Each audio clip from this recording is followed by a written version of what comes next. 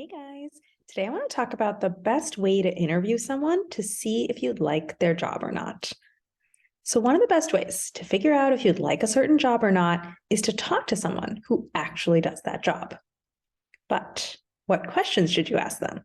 How do you figure out if you would like that job? Here's my 3-step process for walking away from coffee chats and informational interviews with more clarity rather than more confusion. Step 1. Get their circumstances, not their thoughts. Now, most people, when you ask them about their jobs, will give you their thoughts about their job. They might say something like, I really like it. The problems we work on are challenging and engaging. It feels like I'm making a direct impact every day. Sometimes I get frustrated when things move slowly, but we can usually find a quick win or a workaround and keep things moving. Now, here's the reality. Their job isn't really challenging or engaging or impactful.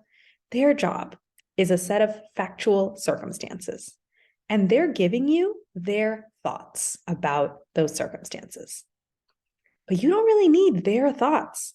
You need to know what your thoughts would be if you had their circumstances. So you need to ask questions that reveal the specific circumstances of their job. What problems are they currently working on? How did they spend their week or this month? What activities do they spend their time doing? And what do they not do? How are they evaluated? Let me give you an example of what a more circumstance-based answer might look like.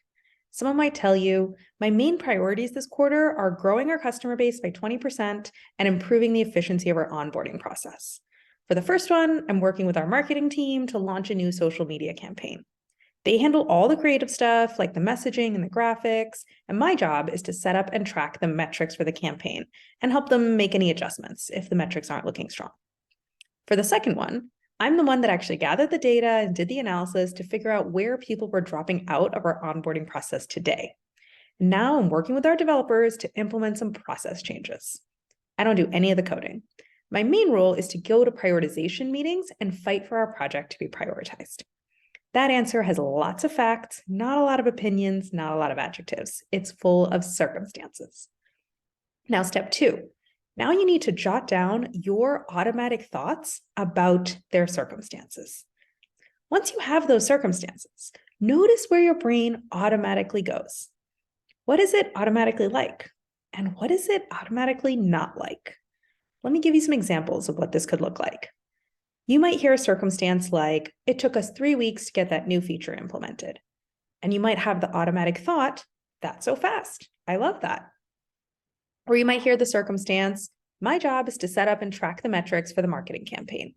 And you might have the automatic thought, oh, nice. I don't know much about marketing, but I know a lot about data and metrics. So that sounds really fun. Or when you hear the circumstance, my main role is to go to prioritization meetings and fight for our project to be prioritized. Your brain might have the automatic thought of, oh, that sounds like a lot of influencing and persuasion. I'd rather have direct authority over things. Or if someone gives you the circumstance of, I spend 70% of my time on sales and customer acquisition and 30% of my time on actually delivering the projects I sold. Your brain might have the automatic thought of, oh no, I wanted an advisor type of role where I could feel like a helpful expert all the time. But this sounds like a pushy sales role, not like a helpful advisor role. This is the data that you really need in order to make a decision. Your automatic thoughts about their circumstances. And finally, step 3, sketch out the thought mountain that you would have to climb in order to enjoy this job. Because here's the secret. No job is going to make you perfectly happy or fulfilled or passionate all by itself. Because remember, a job is just a circumstance. It's a neutral set of facts happening around you. And how you feel about your job is driven by your thoughts about your job. And no matter what kind of situation I might put you in, your brain is automatically going to give you 50% positive thoughts and 50% negative thoughts. Honestly, that's a pretty generous estimate because my brain usually gives me 80% negative thoughts. So the question is not, what job will perfectly trigger my brain to be happy and fulfilled all the time? because that job doesn't exist. No circumstance will trigger your brain to be happy all the time, because your brain's whole job is to flag problems.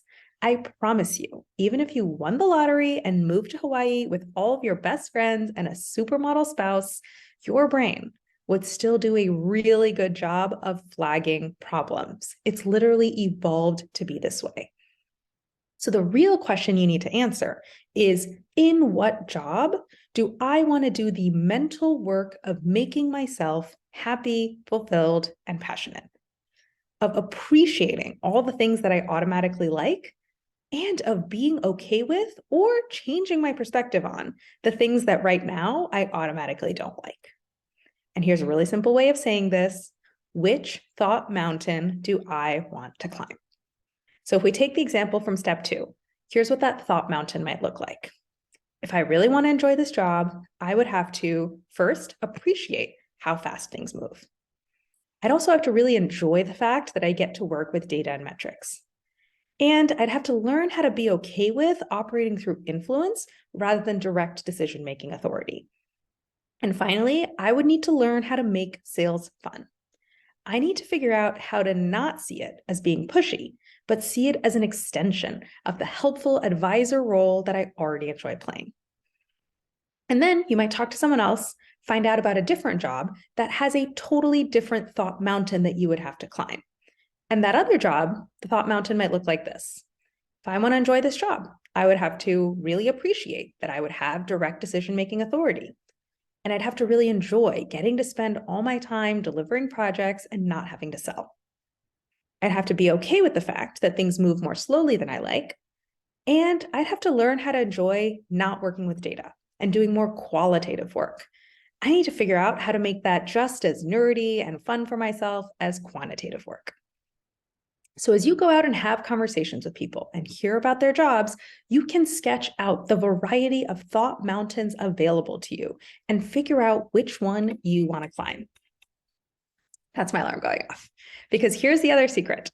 There is no right or wrong answer about which thought mountain to climb. They all require about the same amount of effort. And framing the decision as a choice between different but equal thought mountains, rather than as a high-stakes search for the right answer, helps you take responsibility for creating your own happiness and fulfillment wherever you go, rather than outsourcing that responsibility entirely to your job and then wondering why no job ever seems to solve your problems. So guys, when I say that I help people get clear and get moving on their next career step, this is what I mean. This isn't about resume reviews or networking tips or specialized interview prep. All those things are awesome too, no knock against them at all.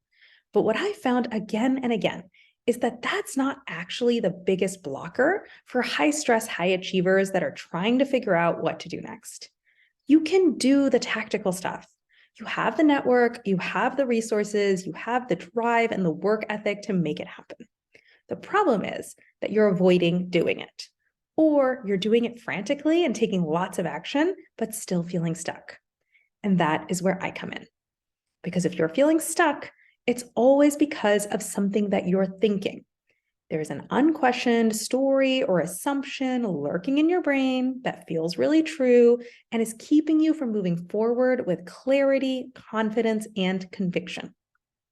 Now, I've already given you 7 of those common stuck points in my job search and career change masterclass, which I've linked above, along with simple, practical ways to get unstuck today. Now imagine how much easier it gets when you've got me in your pocket, customizing everything to your specific situation and keeping you on track and accountable every step of the way. Because I don't want you to spend weeks or months or years trying to figure out what's keeping you stuck and what to do about it. Not when I can tell you in the very first session, this is exactly what the problem is, here's the solution, here's how to implement it, this is how we'll track progress, let's check in next week and see how it's going. And then the following week, I can tell you, oh, you ran into common implementation problem number 2 and number 5. No worries. Here's exactly what to do in this situation. Try this, track what happens, and let's see where you are next week. This is why you move faster when you have a coach. You waste no time wondering what the problem is and getting confused about how to solve it and feeling bad for having problems in the first place. You can lean on my expertise and my pattern recognition and my deep bank of practical solutions, which means you stay laser focused on identifying and knocking out problems one by one until it's done. You cannot afford to wait another day. Let's get started today. Go to the link above and book a free coaching consult.